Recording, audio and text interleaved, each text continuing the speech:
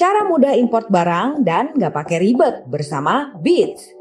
Bits, belajar import dari sekarang. Bits kupas habis semua serba-serbi tentang import sampai ke akarnya. Potensi membeli barang import untuk dijual kembali di Indonesia memang sangat menggiurkan.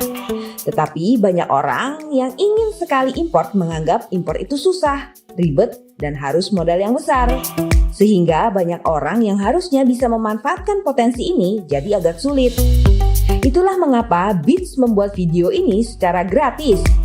Karena banyak yang menjual ilmu ini dengan harga yang cukup mahal.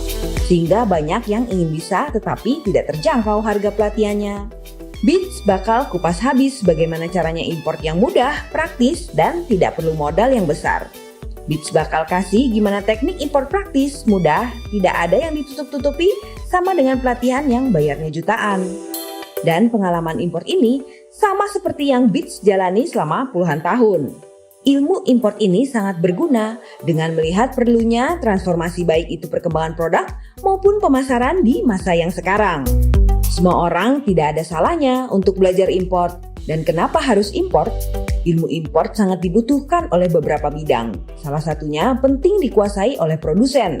Karena sebagian bahan bakunya ada yang harus diimport.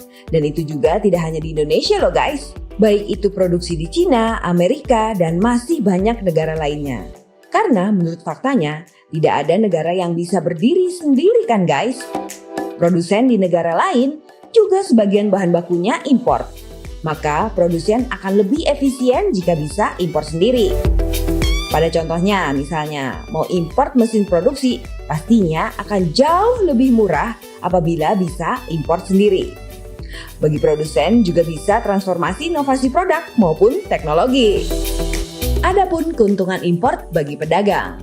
Di era digital ini banyak dari grosir maupun distributor yang menjangkau customer akhir atau konsumen langsung. Misalnya, banyaknya distributor atau grosir yang menjual produk di marketplace.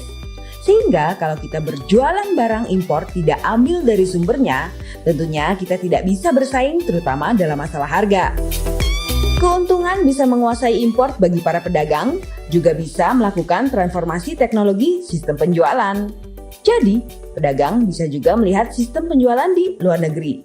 Gak mau kan asal-asalan import tanpa tahu berapa potensi keuntungannya? Harga pasar di Indonesia-nya berapa? HPP atau harga pokok produksinya berapa? Biaya pengirimannya berapa sampai ke rumah Anda? Bits bakal kupas abis bagaimana cara transaksi yang aman, cara cari supplier yang terpercaya, cara komunikasinya dengan supplier, bagaimana cara transfer, cara memilih pengiriman yang aman dan efektif, bagaimana cara menghitung potensi keuntungan. Dapat ilmunya, dapat juga untungnya. So, buat teman-teman, ikuti channel Bits yang pastinya akan update terus di sini. Dan berikut adalah pertanyaan yang akan menambah wawasan bagi para importir. Pertanyaannya adalah, web apa yang paling banyak digunakan oleh importir di Indonesia? Yang kedua, kota mana di Cina yang paling banyak dituju oleh importir Indonesia? Jawaban dari pertanyaan di atas akan Bits berikan di video selanjutnya. Jangan lupa like, subscribe, dan share ya guys, untuk memotivasi dan menambah kreativitas Bits. Kuasai ilmu import pastinya. Sama-sama sukses di usia yang sekarang.